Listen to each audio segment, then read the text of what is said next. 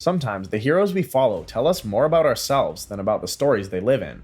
Only few characters in modern mythology have shown us as much flexibility as Batman. Since his first appearance in Detective Comics in 1939, the Dark Knight has worn many faces. He has been a cheerful adventurer, a brooding vigilante, a gothic outsider, and a grounded detective. Through all these changes, one thing has stayed constant: Batman reflects the time he appears in. Superheroes are more than capes and costumes, they're cultural mirrors. When people look at Batman on screen, they're also looking at their fears, their values, their frustrations, their hopes. However, every new Batman is shaped by the era around him. This is why every generation seems to get its own Batman. The Batman of the 60s could not exist in the world of 1989. The Batman of 89 could not fit into the grim post-9/11 landscape of the 2000s.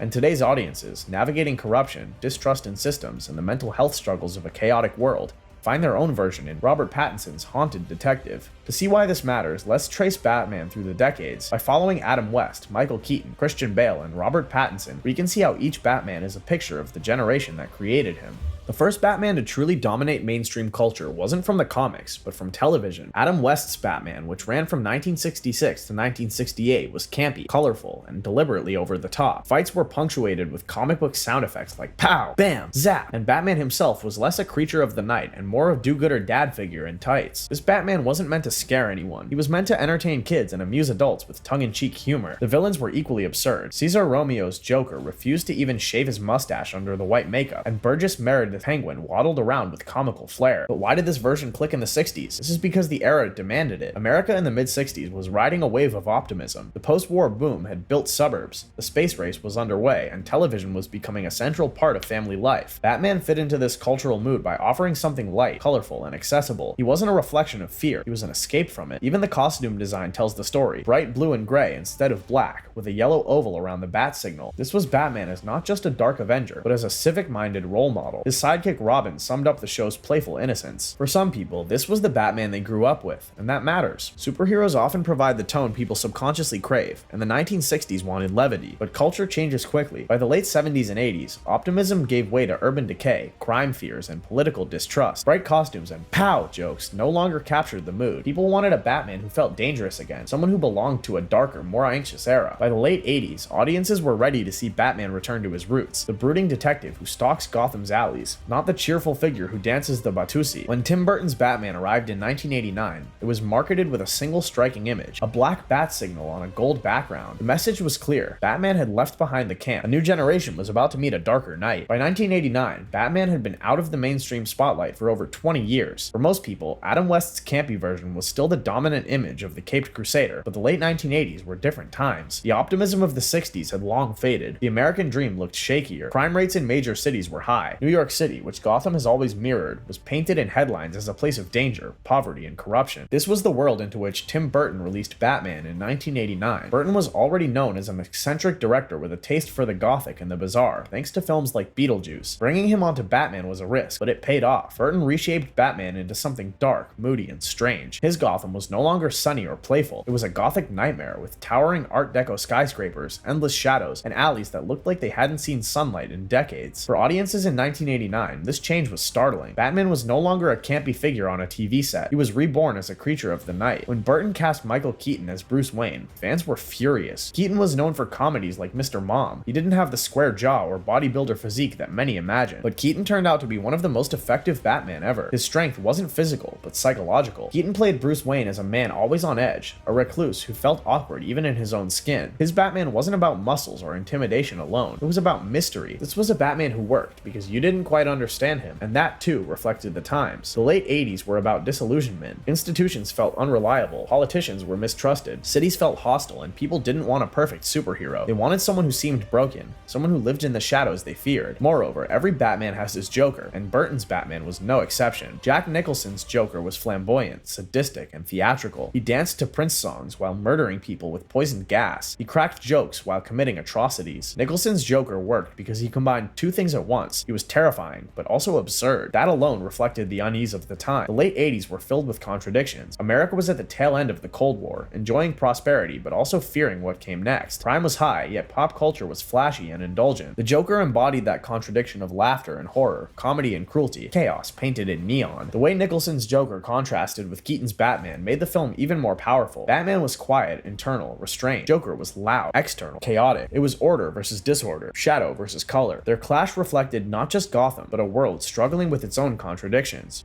Meanwhile, Tim Burton's Batman was more than just a box office hit. It was a cultural reset, and suddenly, Batman wasn't a joke anymore. He was dark, dangerous, and he belonged to adults as much as to kids. The marketing campaign alone captured imaginations. It felt serious, iconic, almost mythic.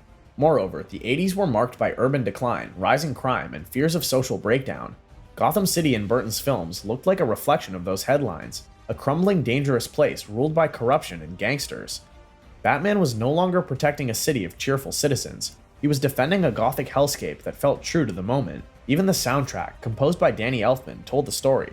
Elfman's score was grand, ominous, and haunting. It treated Batman not as a TV joke, but as a gothic opera. The music alone changed the way people saw the character, not silly, but legendary. Burton doubled down on the gothic mood in Batman Returns, 1992. If his first Batman was a dark rebirth, the sequel was a descent into strangeness. The Penguin, played by Danny DeVito, was grotesque and tragic. Catwoman, played by Michelle Pfeiffer, was a symbol of sexual empowerment and revenge. The villains were no longer colorful clowns, but psychologically complex figures with trauma and rage. In many ways, Batman Returns was even more about the early 90s mood than the first film. It was weirder, darker, more cynical. Gotham wasn't just crime-ridden, it was absurdly corrupt. Max Schreck, the slimy businessman played by Christopher Walken, wasn't even a traditional villain. He was a symbol of corporate greed, a fear that was growing in a world of expanding capitalism. The tone was so dark that Warner Bros. Grew nervous. Parents complained, but that controversy only reinforced the idea that Batman was no longer just kids' stuff. He had become something else, a myth adults could take seriously. At this point, it was clear that Burton's Batman established the Dark Knight as a serious cultural figure again. Without his films, there would be no Nolan or Pattinson. He showed that Batman could evolve, that he could embody the anxieties of the time. By the early 2000s, the world had changed again. The Cold War was over. The crime waves of the 80s and early 90s had given way to new fears. The defining event was 9/11. Suddenly, the world wasn't worried about muggers and alleys. It was worried about terrorism, surveillance, and global instability. To survive in this new era, Batman had to change again. He couldn't stay gothic or theatrical. He had to become real, and that's exactly what Christopher Nolan did. When Batman Begins premiered in 2005, the world was in a very different place than it had been during Tim Burton's gothic reign. The Cold War was long over. The neon-soaked excess of the 90s had faded. The defining event of this new century was the September 11th attacks in 2001. Cities that had once seemed invincible suddenly felt fragile. Skyscrapers could fall. Chaos could strike without warning. In this climate, superheroes had to change. Fantastical or campy versions of costumed heroes no longer felt relevant. What audiences craved was realism. Stories that confronted fear directly. Christopher Nolan, known at the time for psychological thrillers like Memento and Insomnia, was the perfect director to reinvent Batman for this world. His trilogy of Batman Begins in 2005, The Dark Knight in 2008, and The Dark Knight Rises in 2012 reshaped not only Batman, but superhero cinema itself. Casting Christian Bale as Batman was a statement. Bale was known for intense transformative roles. He wasn't a comedic actor turned superhero. He was serious, and his Batman reflected that. Bale's Bruce Wayne was deeply scarred, both physically and psychologically. His parents' murder wasn't just a backstory detail, it was the foundation of his character. The trilogy explored his trauma in detail, showing how his grief and anger pushed him toward vigilantism. Bale's Batman was also practical. His gadgets weren't magical toys, they were military prototypes explained by Wayne Enterprises' research division. The Batmobile wasn't a sleek sports car, it was a tank-like vehicle designed for urban combat. Even the Batsuit had functional explanations including lightweight armor, night vision lenses, and a cape that doubled as a glider. This grounded approach made Batman feel like he could exist in the real world. Perhaps the most important shift Nolan brought was in how Gotham mirrored contemporary fears. Burton's Gotham was gothic fantasy, but Nolan's Gotham felt like New York City or Chicago, filmed on location with recognizable architecture. The dangers weren't mutants or surreal villains, they were terrorists, corruption, and organized crime. Batman Begins introduced Ra's al Ghul and the League of Shadows, who plotted to use fear as a weapon to destroy Gotham. Their attack, involving hallucinogenic toxins and mass hysteria, showed post 9/11 anxieties about unseen enemies using terror to bring down civilization. The Dark Knight, released in 2008, doubled down on these themes. Heath Ledger's Joker was not a prankster or a clownish mob boss. He was a terrorist who planted bombs in hospitals and ferries, filmed hostage tapes, and made Gotham live in constant fear of random destruction. The parallels were impossible to miss. This Joker embodied the unpredictability of terrorism. And just as important was how Gotham responded. The city turned to surveillance, moral compromises, and debates over civil liberties.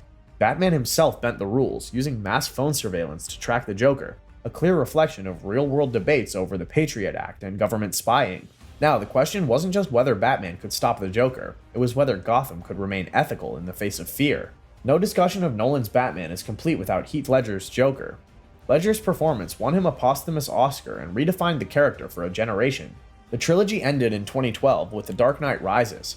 This film expanded the scope beyond terrorism to larger societal breakdown. Bane, the new villain, was not just a brute. He was a revolutionary figure, seizing control of Gotham with a populist uprising. His rhetoric about giving the city back to the people reflected anxieties about class divides, corruption, and political instability. Once again, Batman was less about capes and gadgets and more about survival in a world of fragile systems. By the trilogy's end, Batman was no longer just a man in a mask, and the film's scenes showed Gotham celebrating him as a myth, an idea larger than any one man. That too was Nolan's point. In times of fear, societies need myths to endure. By the time Nolan's trilogy ended in 2012, the world was already changing again. The early 2000s obsession with terrorism had given way to new anxieties. Economic crashes, rising inequality, political corruption, and the growing influence of the internet changed the cultural mood. Audiences no longer just feared outside attacks, they feared the system inside their own society. Corrupt leaders, online radicalization, climate disasters, and social unrest. A Batman grounded in realism was powerful for one generation, but for the next, it wasn't enough. People needed a Batman who could embody their disillusionment with institutions themselves. That Batman arrived in 2022. When Matt Reeves' The Batman premiered in 2022, audiences were once again meeting a very different Dark Knight. This was not the gothic outsider of Tim Burton, and it was not the grounded realist of Christopher Nolan. This Batman was younger, rawer, and more visibly broken. Played by Robert Pattinson, he was less of a superhero and more of a haunted detective. His Gotham wasn't just dangerous, it was corrupt to its core. His battles weren't against global terrorists or theatrical villains alone, but against the rot within the city itself. From the moment Pattinson appears on screen, it's clear this is not the confident billionaire playboy audiences have seen before. His Bruce Wayne is not a charming public figure. He's withdrawn, pale, and socially absent. His eyes are often rimmed with smeared black eyeliner, as if the mask has permanently imprinted itself onto his face. This was a deliberate choice by Reeves and Pattinson. Unlike Bale's Bruce Wayne, who maintained a facade of wealth and charm, Pattinson's Bruce Wayne makes no attempt to hide his brokenness. He doesn't care about business meetings or high society. He's consumed by Batman, living in darkness both literally and emotionally. In many ways, this Bruce Wayne speaks to a generation that has grown skeptical of wealth and institutions. The idea of a billionaire savior no longer resonates in a world where billionaires are often seen as villains. By making Bruce antisocial and visibly scarred, Reeves stripped away this fantasy of glamour and left only obsession. The Gotham of the Batman may be the most realistic and depressing yet. It is not a city terrorized by outside forces, it's a city rotting from within. Corruption runs through its police, its politicians, and even its most charitable figures. When Batman digs into the mystery of the Riddler, he discovers that the very institutions people trusted are complicit in Gotham's downfall. This vision of Gotham resonates because it mirrors today's world. Many people no longer trust systems to protect them. Scandals of political corruption, police brutality, and corporate greed dominate headlines. For younger generations especially, Gotham looks less like a fictional city and more like an exaggerated version of reality. And in this environment, Batman doesn't just fight criminals, he fights the system itself. Perhaps the most striking part of Pattinson's Batman is his character growth. At the beginning of the film, he introduces himself not as a hero, but as vengeance. He sees his crusade as a way to inflict fear and punishment. He's violent, merciless, and entirely consumed by anger. But over the course of the film, Batman realizes that this approach only breeds more violence. By the end, Batman shifts from vengeance to hope. He becomes less of a punisher and more of a protector, helping Gotham's citizens survive after a devastating flood. This evolution reflects a generation searching for meaning beyond rage. Anger may fuel action, but hope is what sustains communities. By tracing Adam West, Tim Burton, Nolan, and now Pattinson, one pattern becomes clear. Batman is never alone. His identity is always sharpened by his villains. The Joker, the Penguin, Catwoman, Bane, the Riddler, each one embodies the anxieties of their time, serving as Batman's cultural twin. And no villain has done this more consistently than the Joker. From Cesar Romero's clownish prankster to Heath Ledger's terrorist to Joaquin Phoenix's lonely radical, the Joker evolves alongside Batman, reflecting the same cultural changes from optimism to terror to despair. To fully understand why every generation has its own Batman, we also need to understand why every generation has its own Joker. Generally, Batman cannot exist in a vacuum. His story is always defined by the villains he faces, and no villain has shaped him more than the Joker. The two characters are inseparable, opposite sides of the same coin. Where Batman is order, the Joker is chaos. While Batman creates meaning through discipline, the Joker tries to tear it down with absurdity. What makes their rivalry even more fascinating is how both evolve with the times. Just as every generation has its own Batman, every generation has its own Joker. In fact, you could argue that Batman's cultural reinventions only work because the Joker evolves alongside him. The villain sharpens the hero, forcing him to reflect the anxieties of the moment. In the 1960s, Cesar Romero played the Joker opposite Adam West's campy Batman. His performance was as colorful and silly as the show itself. With bright costumes, goofy laughter, and cartoonish schemes, Romero's Joker was never truly threatening. He was more of a prankster than a terrorist. This worked perfectly for the time. In an era of optimism and television innocence, the Joker wasn't meant to terrify, he was meant to entertain. Even Romero himself leaned into the absurdity, refusing to shave his mustache, which was simply painted over with white makeup. The result was a villain who was fun, not frightening, a reflection of a culture that didn't want to stare into darkness. When Tim Burton reimagined Batman in 1989, the Joker had to evolve too. Jack Nicholson's performance brought a new level of menace to the character. Still flamboyant, with purple suits and a devilish grin, this Joker was larger than life. But unlike Romero's clown, Nicholson's Joker was violent, sadistic, and unpredictable. His crimes were theatrical, from poisoning beauty products to murdering people with laughing gas. Yet his chaos always came wrapped in style, with flashy one-liners and exaggerated gestures. In many ways, Nicholson's Joker was the perfect bridge between the old and the new. Nearly 20 years later, Heath Ledger's Joker completely redefined the character. Stripped of flamboyant costumes, his version was gritty and horrifying. His makeup was smeared, his hair greasy, his scars permanent reminders of violence. Ledger's Joker represented the chaos of the post-9/11 world. His attacks were random, terrifying, and designed to destroy trust in society. He planted bombs in ferries, staged attacks on hospitals, and filmed eerie hostage videos that looked eerily similar to real-world terror propaganda. His goal was not money or power, but pure anarchy, to prove that people, when pushed, would turn on each other. In 2019, Joker gave audiences something different again. Directed by Todd Phillips and starring Joaquin Phoenix, the film presented the Joker not as a flamboyant villain, but as a tragic anti-hero. Phoenix's Arthur Fleck was a failed comedian, isolated, mentally ill, and ignored by society. His descent into violence wasn't portrayed as cartoonish chaos, but as the breaking point of a man abandoned by the system. This Joker reflected a new set of anxieties: loneliness, inequality, and mental health. In a world where conversations about depression, alienation, and economic despair were rising, Phoenix's Joker became a symbol of what happens when people are left behind. His transformation into the Joker wasn't about ideology like Ledger's, nor about flamboyance like Nicholson's. It was about pain. Looking at Batman and the Joker across decades, one truth stands out: they endure because they change. Unlike static characters, they are flexible myths, capable of evolving with each generation's anxieties. And now, the question isn't whether Batman will return, it's how he will return, and what new fears he will reflect next.